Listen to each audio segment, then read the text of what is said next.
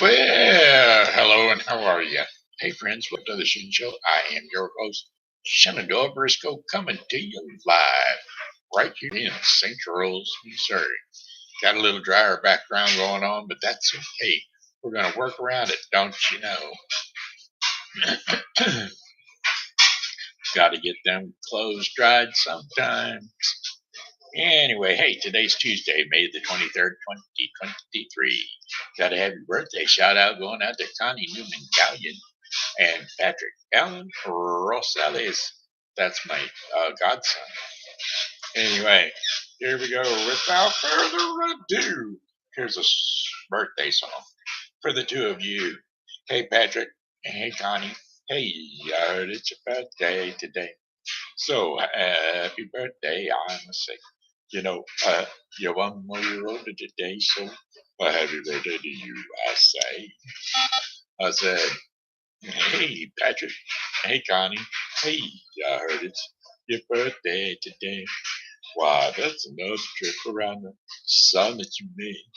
I hope you're enjoying your special day because, well, it's your happy birthday day today.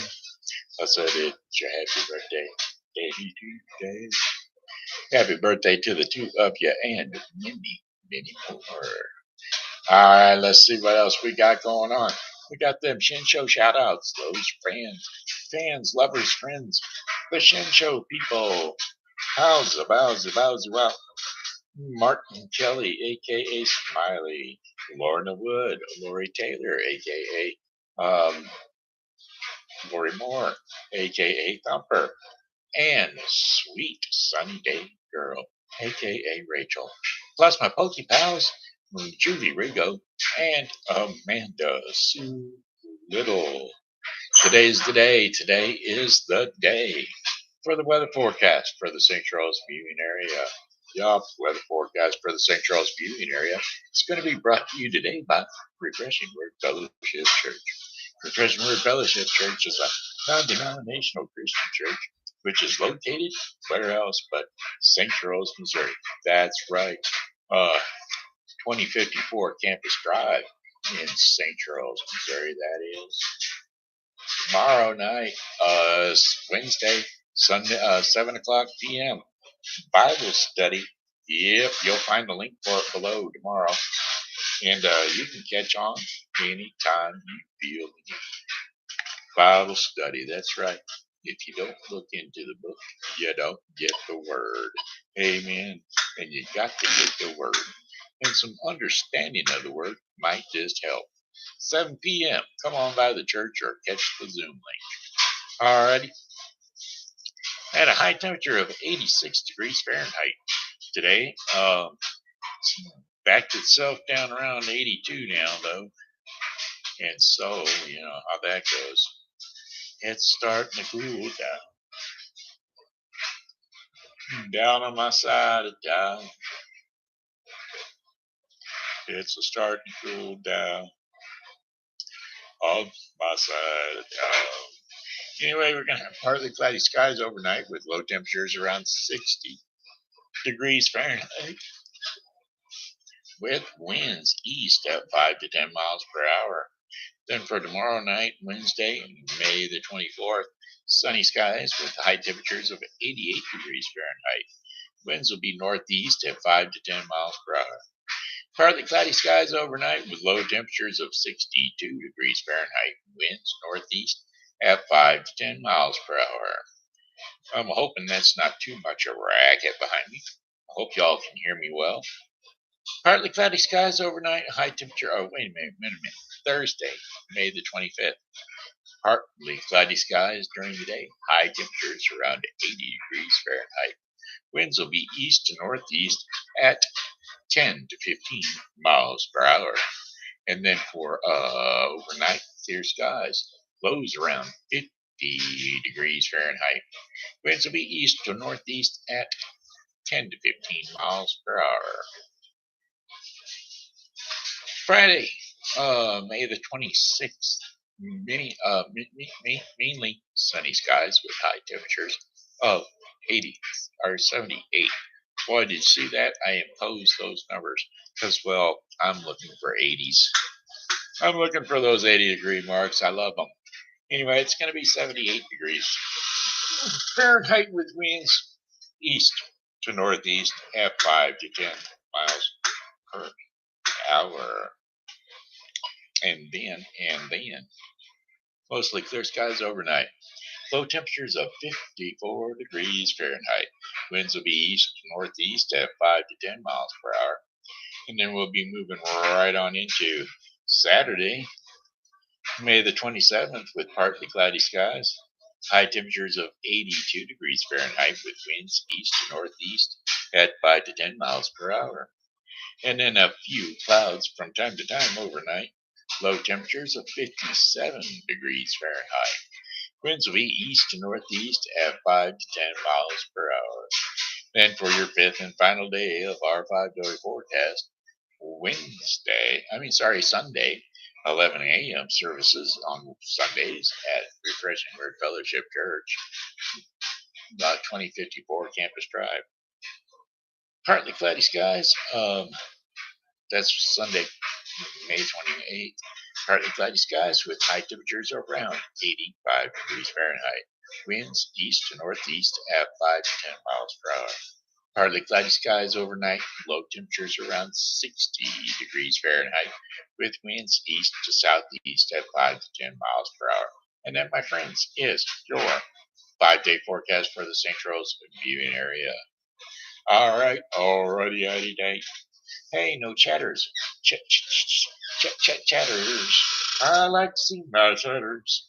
I like to hear my chatters coming in. But I got no chatters today. So I guess it'll be that way. No chatters. Got these two Bluetooth in right now. And they're, I guess they're earbuds. Anyway, they're great, except my straw keeps knocking this one out over here, and so it's driving me nuts because, well, it's funny you should ask. It's funny you should ask, but nope, they're not hearing aids. They're earbuds, and they're weird buds. Weird buds. That's what we'll call them. Weird buds. Songs, yeah, you probably can't hear them, so that'll make Craig happy. Oh, I got sunshine on a cloudy day. When it's cold outside, I felt the month of May. Oh, I guess you'd say what could make me feel this way is my girl, my girl, my girl.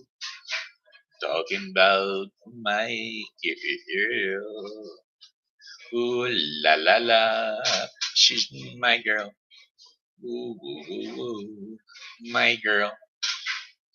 Well, if the sun was a shining bright in the sky, we'd look at ourselves and we'd darn near die. We'd have that sun glisten in our eye, making our eyes go red. So we don't look directly at the sunball. No, you don't look directly at the sunball. Because if you look directly at the sunball, you just might go blind. That's why those folks are out there wearing sunglasses. Thicker and thicker they may go, but they don't want you to see that glare of the sunshine in the air because, well, it's one of those things that will mess you up, don't you know? Don't you know? Especially when you're driving and you catch a glimpse off of somebody's window and it reflects right back in your eyeball. Oh, I tell you what we used to do is a long time ago when I was a kid, we'd be traveling back and forth cross country, going to the old, coming up from not Mount Vernon, but coming up from Millington, Tennessee. Coming from Millington back to here, and a friend of mine would let me drive his car every now and again. And boy, I'll tell you what was the scariest thing I'd ever done to him. He'd fall asleep. And so what I'd do is I'd pull into a truck stop right in front of the semi truck. And I'd have the lights on there on the front of that truck, and I'd just start honking and screaming. And he would wake up and he would see the front of that truck, and he'd doggone near die. That's right, he doggone near died. So it was hilarious. Of course, that's Craig Wyan, of course. But anyway, those were the good old days. Surely, surely, surely. I think Sonny was in the car one time when we done it too, but he was awake already, so it was we both started screaming, and Craig was just freaking out because he was in the front seat. All he could see was big truck, headlights, and horn honking and screaming going on. It was hilarious. Hilarious. You know what hilarious is, right? Funny and hilarious. Very, very hilarious. Oh, I got to keep talking. We walking. I've been walking. Let's try walking the floors. Song lyrics, walking the floors.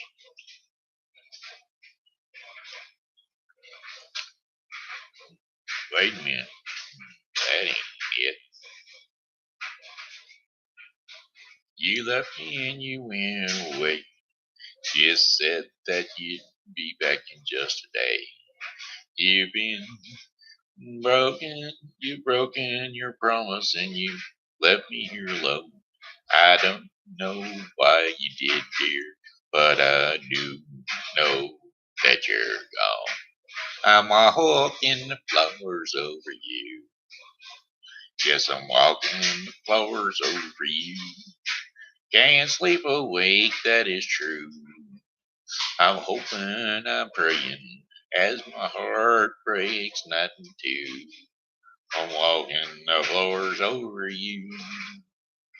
Now, darling, you know I love you well. Love you more than I can tell. I thought that you wanted me and always would be mine. But you went and left here with troubles on my mind. I'm walking the flowers over you. I can't sleep awake, it is true. I'm hoping and praying as my heart's breaking right through. I'm walking the floors over you. Now someday you may be lonesome too. Walking the floors is good for you. Just keep right on walking and it won't hurt to cry. Remember that I love you and I will until the day I die. I'm walking the floors over you. Can't sleep away, that is true. I'm hoping and I'm praying as my heart breaks right in two. I'm walking the floors over you. Yeah, well, there you go. Ah, ah, ah, ah, ah, ah. I'm walking the floors over you. All right, there's got to be another one. There's another one. Song lyrics, Achy Breaky Heart. I said, you can tell the world you never was my girl. You can burn my clothes up when I'm gone. Or you can tell the friends just what a fool I've been. And laugh and joke about it, about me on the phone. Hey, you can tell my arms to back to the farm, go back to the farm. You can tell my feet to hit the floor, or you can tell my lips to tell my fingertips they won't be reaching out for you no more. But don't tell my heart, my achy breaky heart. I just don't think he'd understand. And if you tell my heart, my achy breaky heart, he might blow up and kill this man. Oh, you can tell your mom I moved to Arkansas. Or you could tell your dog to bite my leg. You can tell your brother Cliff, whose first fist can tell my lip. He never really liked me anyway. Oh, you can tell Aunt Louise, tell anyone you please. My life, myself already knows I'm not okay. Or you can tell my eyes to watch out for my mind.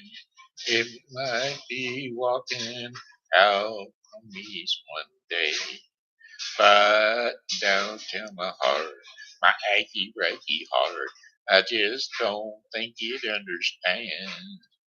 And if you tell my heart, my achy breaky heart, he might blow up and kill this man.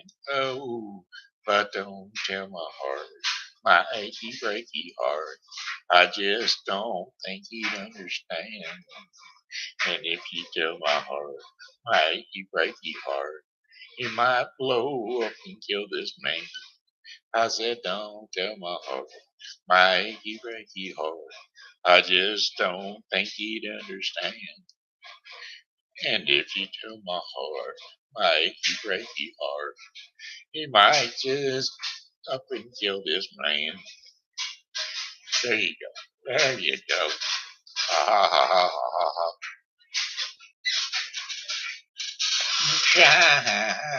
Crying over you. Oh yes, I'm crying over you. Crying, crying, crying. Song lyrics crying over you.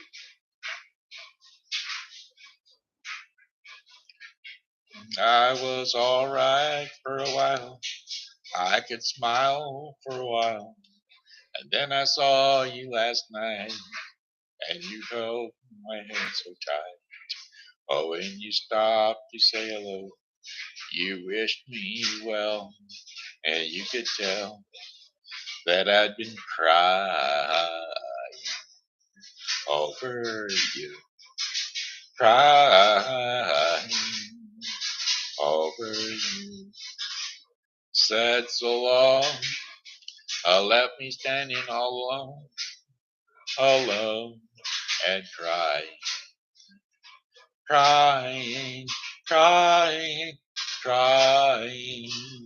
It's so hard to understand that the touch of your hand can start me crying. I thought that I was over you, but it's true, so true. I love you even more than I did before. But darling, what can I do for you? Don't love me, and I'll always be crying over you. I said I'm crying over you. And yes, you're gone. And from this moment on, I'll be crying, crying, crying, crying over you. Crying over you. Crying, crying, crying. All right. Whoa, oh, pretty woman, walking down the street, a pretty woman, the kind I like to meet, pretty woman, I love only you, and not the truth. No one could look as good as you. A mercy, oh pretty woman, I want you, pardon me, oh pretty woman, could I but see, pretty woman, that you look lovely as can be. Are you lonely just like me? Oh, pretty woman, stop a while, pretty woman. Talk a while, pretty woman. Give your smile to me. Oh, pretty woman, yeah, yeah, yeah. Pretty woman, look my way. Pretty woman, say you'll stay with me. 'Cause I need you, I'll treat you right. Come with me, baby. Be mine tonight, a pretty woman. I don't walk on by, oh pretty woman, and don't make me cry, pretty woman, and don't walk away. Hey, okay, if that's the way it must be, okay, I guess I'll go on home. It's late and there'll be tomorrow night. But wait, oh, what do I see? Is she walking next to me? Yeah, she's walking back to me. Oh, pretty woman. Da da ba ba bitty doo bitty bitty ba ba ba ba ba ba ba. Ba, ba, ba, ba, ba, ba. Pretty woman. Wow, there's so many of them. All me alone. Dum, dum, dum, dum, do you are. All the way I feel tonight. Oh, yeah, yeah, yeah. All me alone. Dum, dum, dum, dum, do you are. No, this feeling ain't right. Dum, dum, dum, do you are. There goes my baby. There goes my heart. There goes, they're gone forever. So far apart, but only the lonely know why I cry. Only the lonely, dum dum dum do you lie? Oh yeah yeah yeah. Oh oh oh oh. Only the lonely, only the lonely, only the lonely, dum dum dum dum do you lie? No, the heartaches I've been through. Oh yeah, yeah, yeah. Only the lonely, dum dum dum dum do you are. No, I cry and cry for you. Dum dum dum dum do you are. Maybe tomorrow a new romance, no more sorrow. But that's the chance you got today. If your lonely heart breaks, only the lonely, dum dum dum dum. All right, that's enough, Ronnie. Ronnie, milk side. All right, we're gonna jump on over to the see what's going on around town this week. Is there anything going on around town this week? Tomorrow being Wednesday, the no, nothing up till this weekend. So, hey, the laundry stopped just in time for me to quit singing. And see that, Craig? You made it. You got through it with probably not having to hear it because the laundry was running. Oh well, that's just the way it goes. All right, there ain't nothing going on till next month. Well, I mean there is, but there isn't. Uh, Anyway, it looks like it's time for not the Daily Bread. It's time for children's stories. That's right. That's right. We're going to give it up another 5 minute story that seems to turn out to be 10 or 15-minute stories. We're going to try. We're going to try. Try, try, try.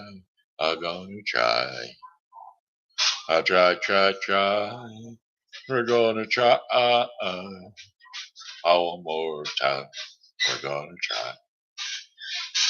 Oh, there we go. Oh, yeah, there we go.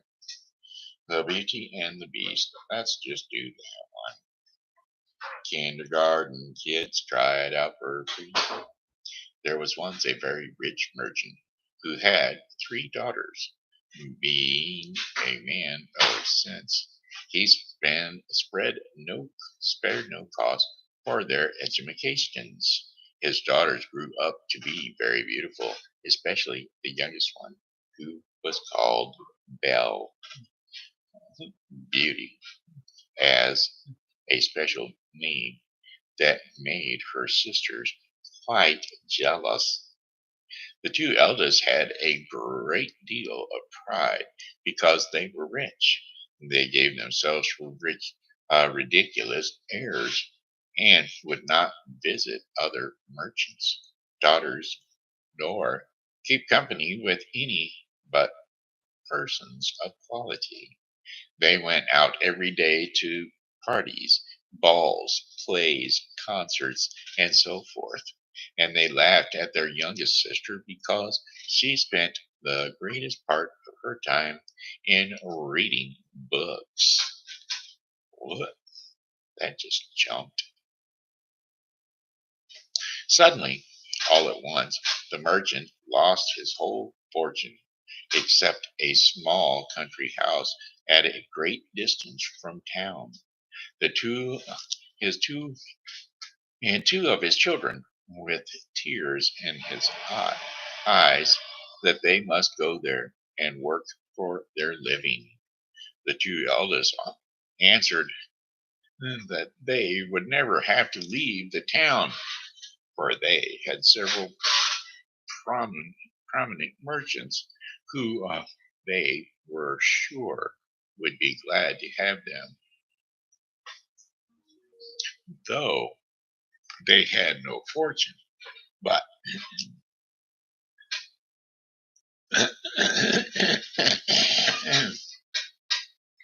sorry about that. But the good ladies were mistaken, for their lovers slighted and forsook them in their poverty, as they were not like an account on account of their pride. Everybody said they do not deserve to be pitied. We are very glad to see their pride humbled. Let them go and give themselves quality airs in milking the cows and minding their dairy. But, added they, we are extremely concerned for Beauty. She is such a charming, sweet-tempered creature who speaks so kindly to poor people and has such a friendly, gracious nature. When they came to their country house, the merchant applied himself to farming, and Beauty rose at 4 in the morning before the others stirred. She made haste to clean the house and prepare breakfast for the family. In the beginning, she found it very difficult, for she had not been used to work as a servant. But in less than 2 months, she grew stronger and healthier than ever. And after she had done her work, she read, played on the harpsichord, or else sung, which she spun while she spun yarn. On the contrary, her 2 sisters did not know how to spend their time. They got up at 10 and did nothing but saunter around the whole day, laminating the loss of their fine clothes and acquaintances. Do but see, do but see your younger sister, they snickered one to another. How well she's suited to a life of menial labor.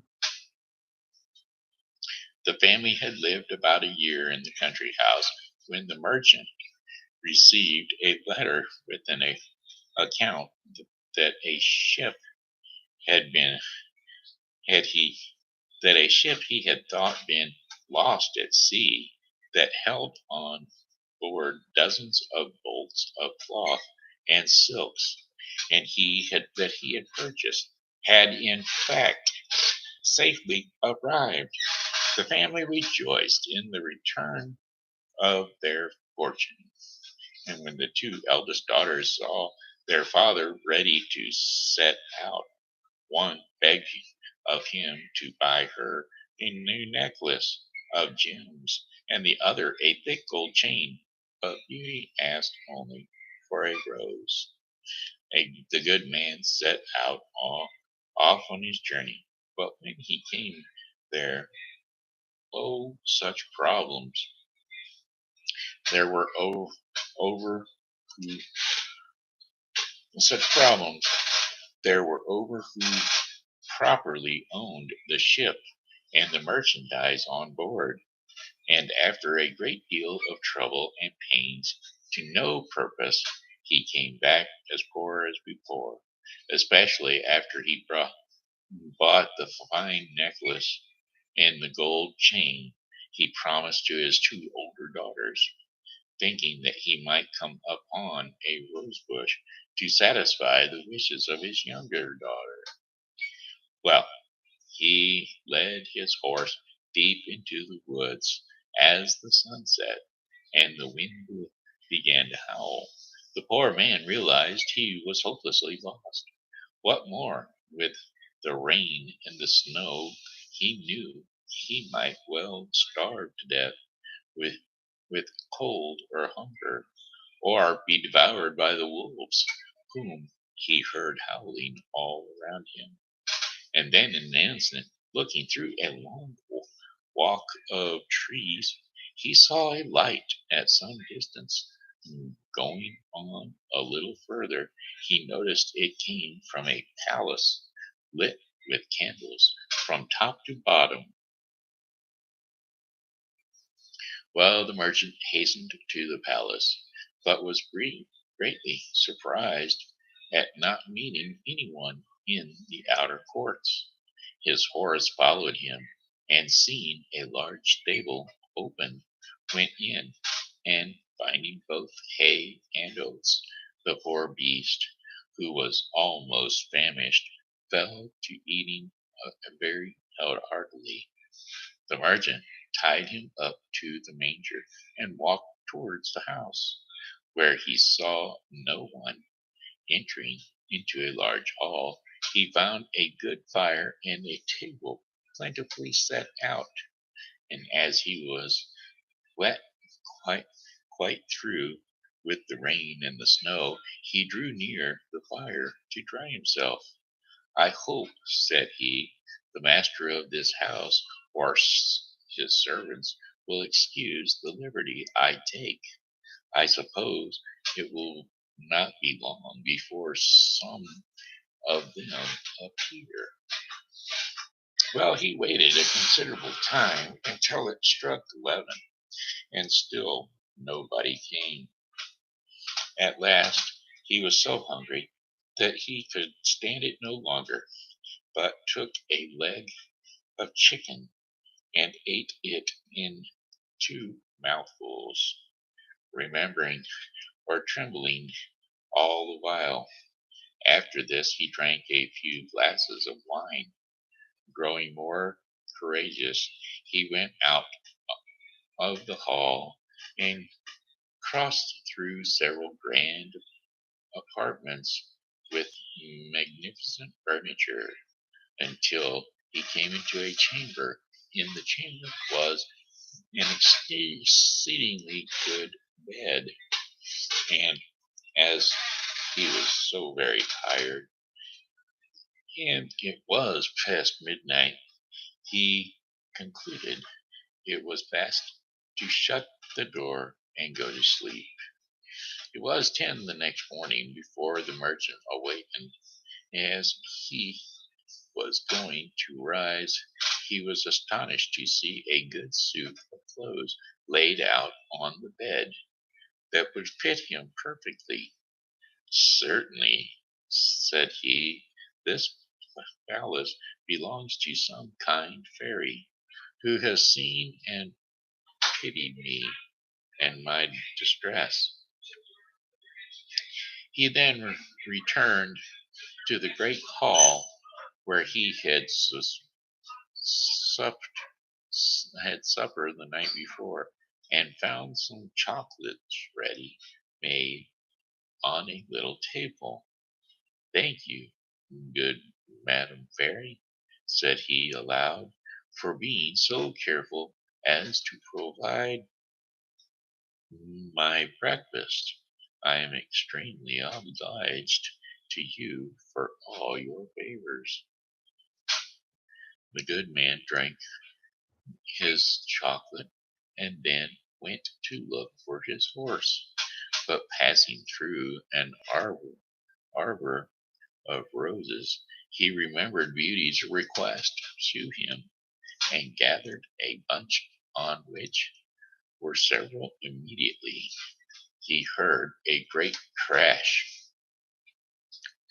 like thunder, and looking around he saw a huge monster, two tusks in his mouth and fiery red eyes, surrounded by bristles and horns coming out of its head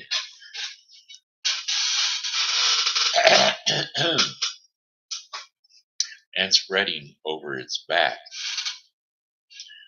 Mortal, roared the beast, who told you you might pluck my rose? Please, sir, said the merchant, in fear and terror for his life, I promised my daughter to bring her home a rose and forgot about it until this last moment.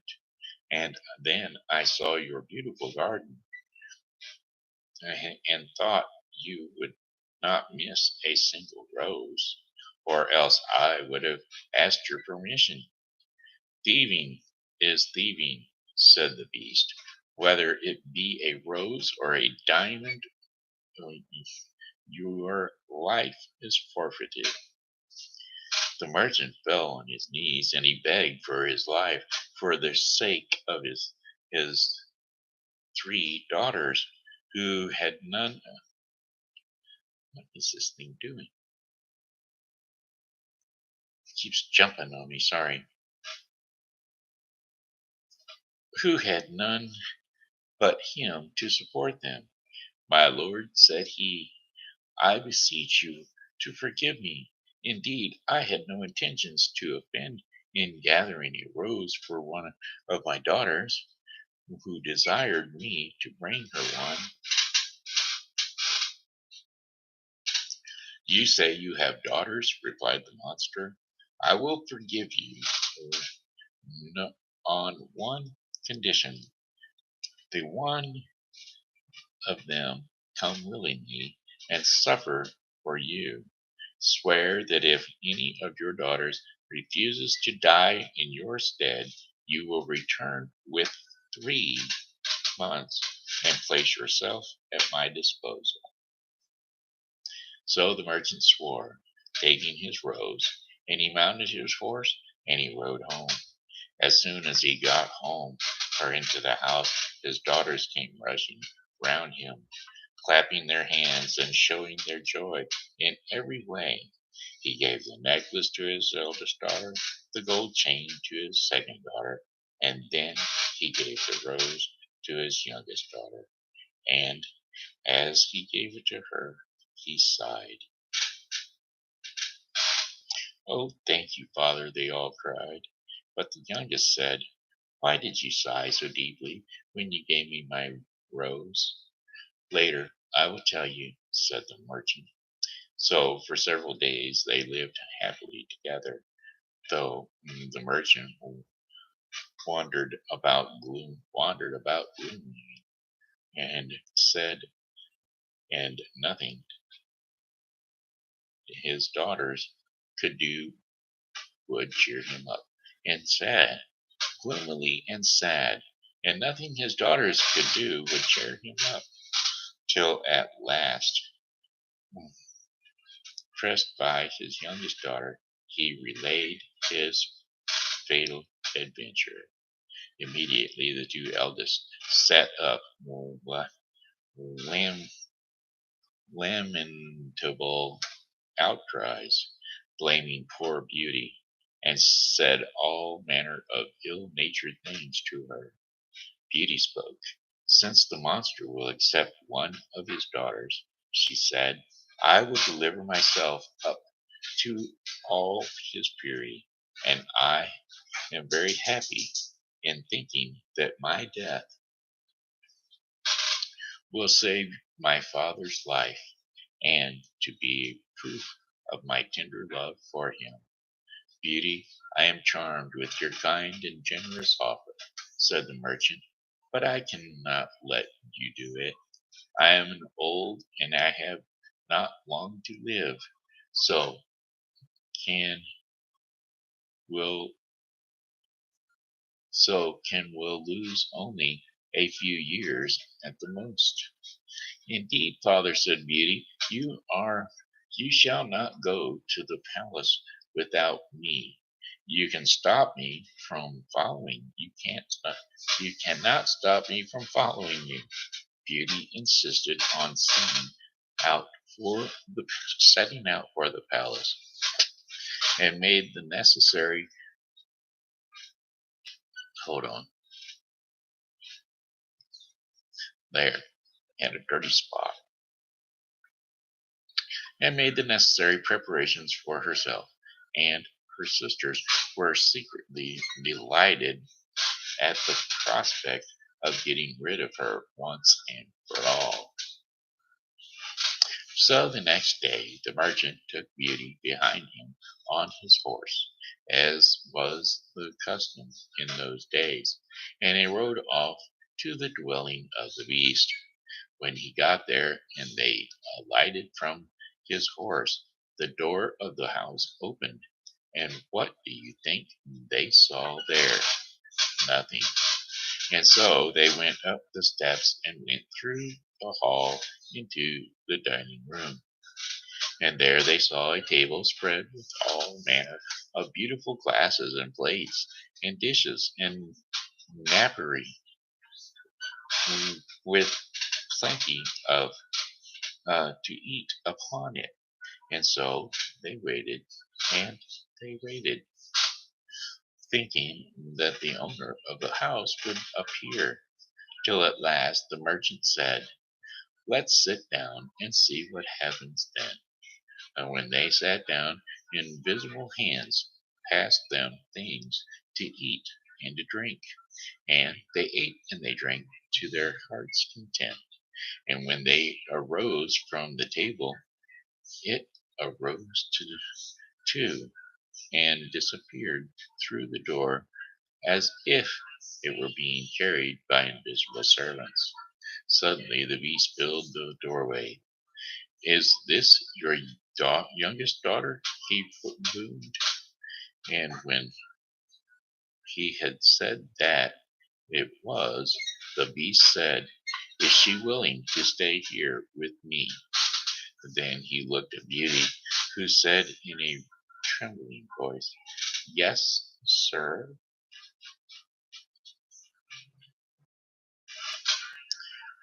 Well, no harm shall befall on you. With that, to he led the merchant down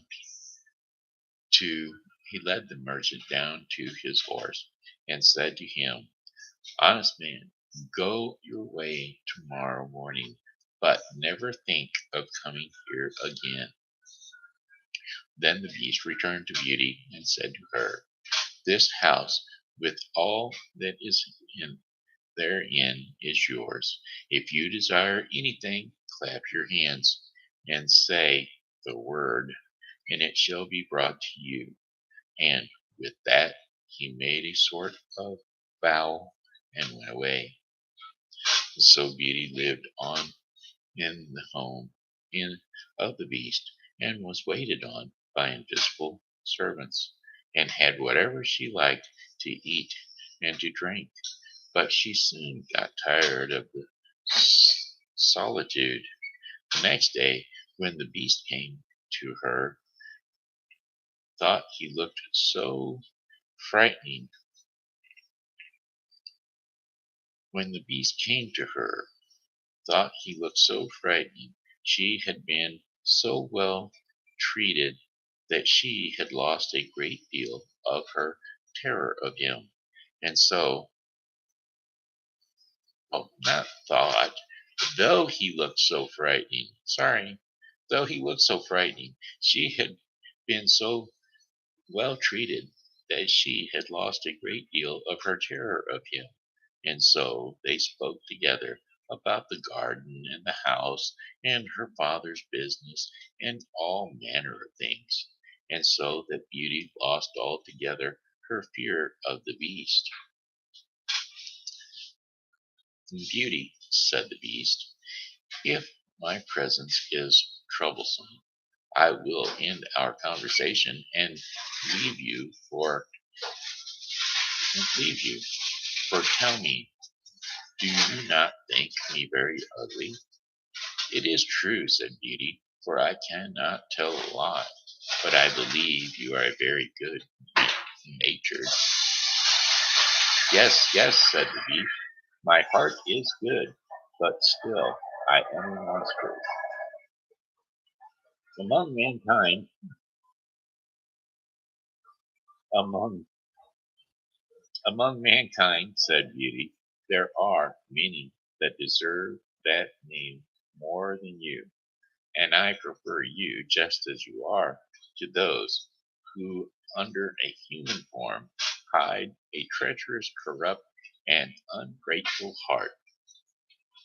Beauty ate a hearty supper and had almost conquered her dread of the monster, but she nearly fainted away with his laugh when he said to her, Beauty, will you be my wife? It was some time before she dared answer, for she was afraid to make him angry if she refused. At last, however, she said, trembling, No, beast. Immediately the poor monster sighed and then hissed so frightfully that the whole palace echoed. But Beauty soon recovered her fright, for Beast said in a mournful voice, Then farewell, Beauty, and he left the room.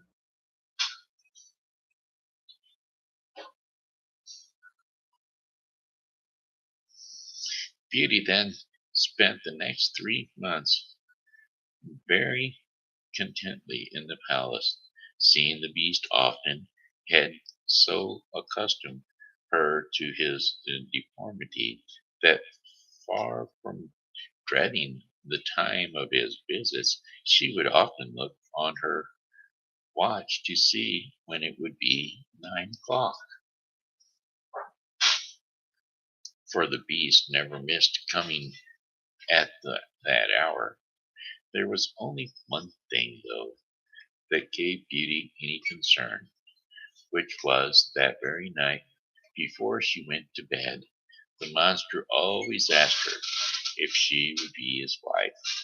One day she said to him, Beast, you make me very uneasy. I wish I could consent to marry you, but I am too sincere to make you believe that it will ever happen. I shall always esteem you as a friend. Please try to be satisfied with this. I suppose I must, said the beast, for, alas, I know too well of my own misfortune, though I ought to think myself happy that you will stay here. Promise never to leave me. Beauty blushed as these words. I could, answered she, indeed promise never to leave you, but I have so great a desire to see my father that I am afraid I shall fret to death if you refuse me that satisfaction. Perhaps this will help, said the beast, and he handed her a hand looking glass mirror for you and me. And in the mirror was an image of Beauty's father, painting, pining himself sick for the loss of her. Oh, she cried, and all the color rushed from her face. I would rather die myself, said the monster, than give you the last uneasiness, the least bit of uneasiness. I will send you to your father. You may return with him for 1 week, but if you do not return before the end of the week, poor beast will die with grief.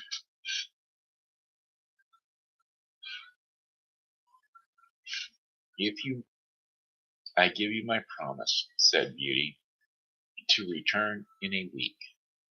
You shall be there tomorrow morning, said the beast. Take this magic looking glass with you, and this ring.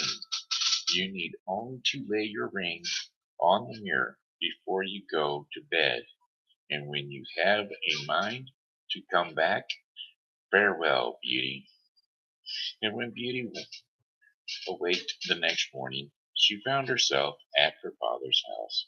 She quickly dressed and came to the kitchen, where her father gave a loud shriek and thought he was dead with joy to see his dear daughter again. He held her fast, looked in his arms over a quarter of an hour. As soon as the first transporters were over, his father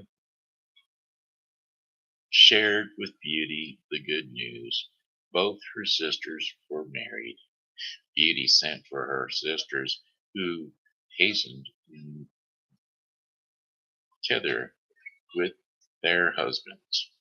They were both of them very happy. The eldest had married a gentleman, extremely handsome indeed, but so fond of his own person that he was full of nothing but his own dear self, and neglected his wife. The second had married a man of wit, but he only made use of it to plague and torment everybody, and his wife most of all. Beauty's sisters sickened with envy when they saw her dressed like a princess and more beautiful than ever, nor could all their obliging affections behave, affectionate behavior stifle their jealousy, which was really ready to burst when she told them how happy she was. They went down into the garden to visit in tears, and said one of the to the other, "In what way is this little creature better than us, that she should be so much happier?" "Sister," said the oldest, "a thought strikes my mind. She told us of the promise to stay only for 1 week. Let us try to keep her beyond the week. Perhaps the monster will be so enraged for breaking her word that he will devour her." "Right, sister," answered the other. They went back to the house and behaved so affectionately to their sister that poor Beauty wept for joy. And when the week was expired, they cried. They cried and they tore their hair, and seemed so sorry to part with her. that she promised to stay a week longer. In the meantime, Beauty could not help feeling uneasy that she was likely causing pain for poor Beast, whom she sincerely loved and really longed to see again. The 10th night she spent at her father's, she dreamed of the Beast in the palace garden, suffering, maybe even dying, for lonesomeness for her. Beauty was startled from her sleep, sat upright in bed, and burst into tears.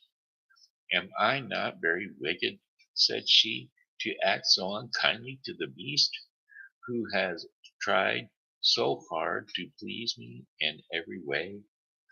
Is it his fault if he is so ugly? He is kind and good, and that is more than enough. Why did I refuse to marry him?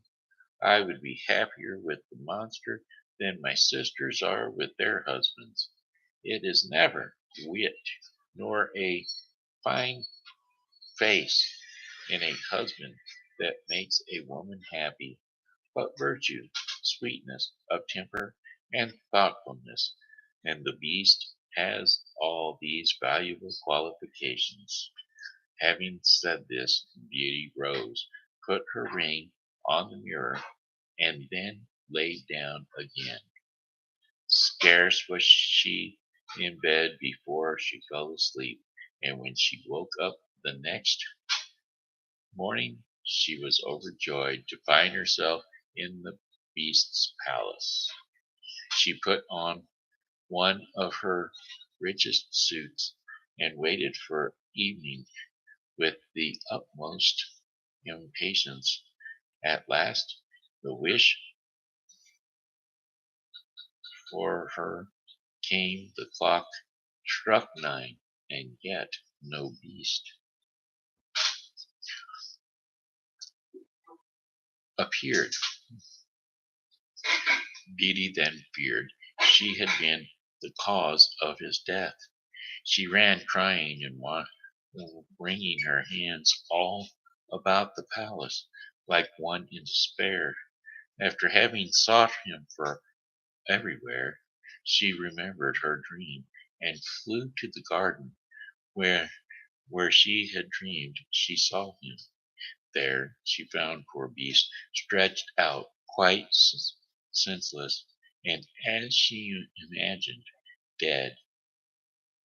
She threw herself upon him, and finding his heart beating still, she fetched some water from the canal and poured it on his head. Beast opened his eyes and said to Beauty, you forgot your promise, and I was so afflicted for having lost you that I resolved to starve myself. But since I have the happiness of seeing you once more, I did satisfy.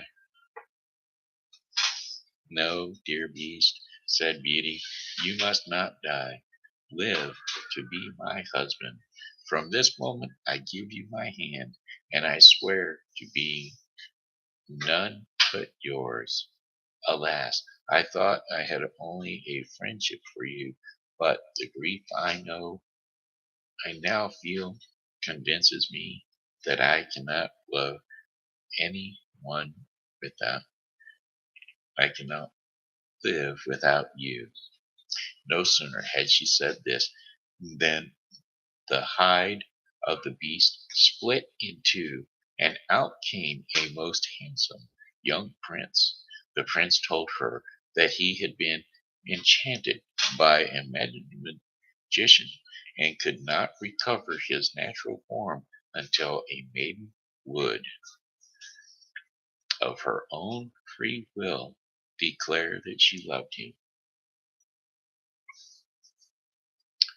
And thereupon the prince sent forth a merchant and his for the merchant and his daughters, and he was married to Beauty, and they all lived happily ever after.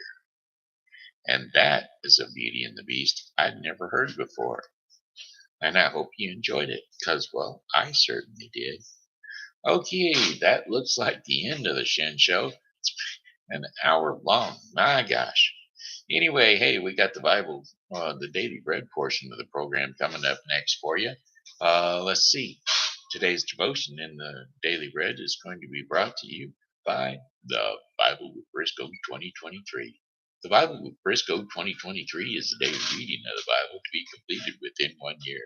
Today's reading in the Bible with Briscoe will be 1 Chronicles 19 through 21 and John 8, 1 through 27. Okay, don't forget to tune into the Bible with Briscoe 2023 for your daily reading of the Bible. Not a dream. That is today's devotion in the daily bread portion of the program. And today's scriptures and insight will be Acts 12, 1 through 11. And so, without further ado, Acts 12, 1 through 11. Peter's miraculous escape from prison. It was about this time that King Herod arrested some who belonged to the church, intending to persecute them. He had he had James, the brother of John, put to death with the sword. And when he saw that this met with approval among the Jews, he proceeded to seize Peter also. This happened during the festival of unleavened bread. And after arresting him, he put him in prison, handed him over to be guarded by 4 squads of 4 soldiers each. Herod intended to bring him out for public trial after the Passover. And so Peter was kept in prison, but the church was earnestly praying to God for him. And that night, before Herod was to bring him to trial, Peter was sleeping between 2 soldiers, bound with 2 chains, and sentries stood guard at the entrance. Suddenly, an angel of the Lord appeared, and a light shone in the cell. He struck Peter on the side and woke him up. Quickly, get up, he said, and the chains fell off Peter's wrists. Then the angel said to him, put on your clothes and sandals. And Peter did so. Wrap your cloak around you and follow me. And the angel told him.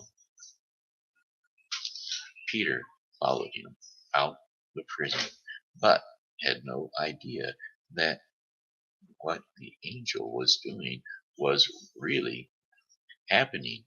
He thought he was seeing a vision. They passed the first and second guards and came to the iron gate leading to the city. It opened for them by itself, and they went through it. And when they had walked the length of one street, suddenly the angel left him. Then Peter came to himself and said, now I know without a doubt that the Lord has sent his angel and rescued me from Herod's clutches and from everything the Jewish people were hoping would happen. And there you have it. That was Acts 12, 1 through 11. Not a dream. Thought it was a dream, but it was actually happening.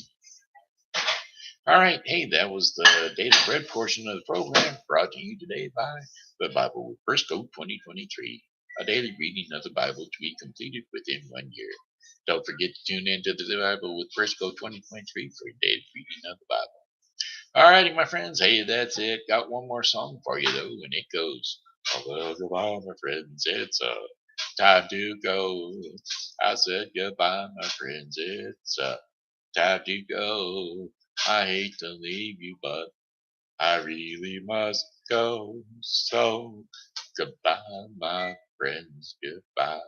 This here has been Shenandoah Briscoe saying hello and how are you? Thanks for tuning in to the Shen Show, and as always, God loves you and so do I. So Come back and see us tomorrow because, well, God willing, we'll be here. And we hope that you are too. Bye bye.